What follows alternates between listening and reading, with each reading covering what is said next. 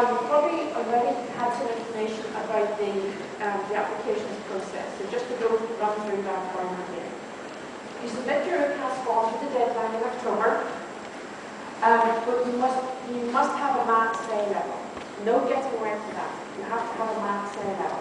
You don't look for further maths. Not all schools offer further maths, so we don't require further maths, because that would be eliminating some excellent candidates who just don't have to have school that offers further maths. But you must have maths. You have to register to do the thinking skills assessment test in November. Now, you and your school will have to do that. We don't do that for you. Okay? So you have to. There's advice on the university website about how to register for thinking skills assessment, and you will also get some information and samples of what the tests are.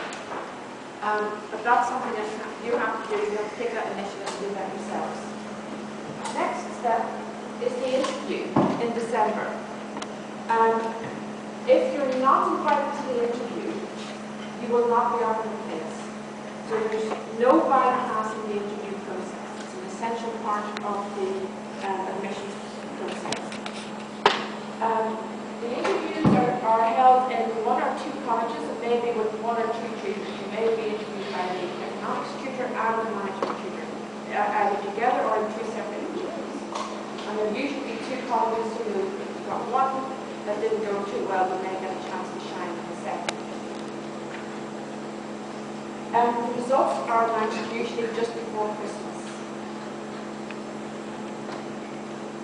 And then the next step is to get 3 A's at A level, or the equivalent qualifications. If you're coming in with an IB or Scottish Highers or something else, you can check the university website. They will have up-to-date advice on the equivalent qualifications for 3 A's at A level. Right, preparing for the interview. This is something else that people get very nervous about, and there may be a lot of myths around. If I were to summarize my advice, it is read, and read. Okay? Supplemented by talk and think. So I will tell you what I mean by that. First of all, a good idea to ask your teacher for some books that you should read that are popular texts, or maybe a little bit more advanced than that, on contemporary issues around economics management and politics. Because as we've seen from the paper, economics and politics, economics and management and political politics. Most importantly, if you're going to mention those books in your UCAS personal statement, make sure that you have read them. Okay? Don't make the mistake of putting a book in your UCAS statement saying, oh, I really love this book, I really agree with what the author said, and not read it. Because in the interview, you're going to be sitting down with a very smart person who's going to say, oh, I see, you've read so-and-so's book, oh, what do you think of their answer, such and such? And you go, it's not going to look good, is it? And I have interviewed people who try to do that. Okay, repeating that advice. Read the newspapers and apply the ideas from the books. If your books are giving you framework to understand or model what's going on in the world, apply that to what you read in the newspapers. If the stuff in the books is any good, it will help you understand and interpret what's going on in the world. Right? If you think the stuff you read in the books isn't explaining what goes on in the world, then that tells you the stuff in the books is not very good. Either that, or you have to analyze it properly. Now, how do you test that? The best way of testing that is to set up a book or newspaper reading group where you can discuss those ideas with your colleagues, maybe a teacher, maybe some friends. People who are reading the same books and newspapers as you are, and you can say, well, that reminded me of what so-and-so said. And your teacher or your friend will say, no, I think you've got that wrong. It's related to this. So you have to learn to talk and to think. You might be the most brilliant economist in the world, But if you can explain it to people, you might as well be mowing the grass. Okay? You have to be able to explain your ideas in a way that people can understand.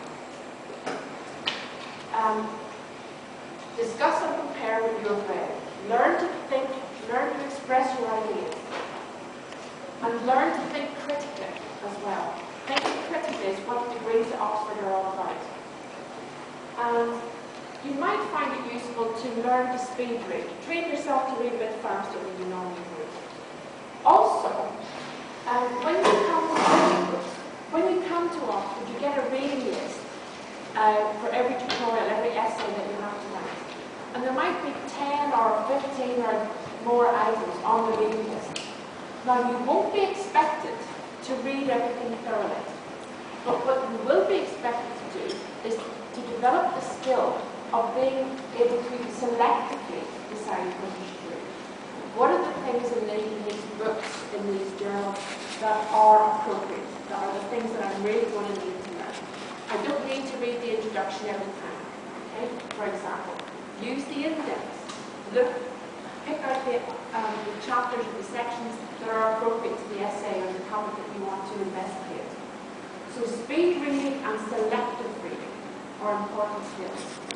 And if you're going to go out into the world and cure the problems in the Greek economy or write the latest in the Financial Times, you're going to have to use those skills. So they're very important. And now, some statistics on the programme. About 1,000 students apply each year, plus or minus, but around that number.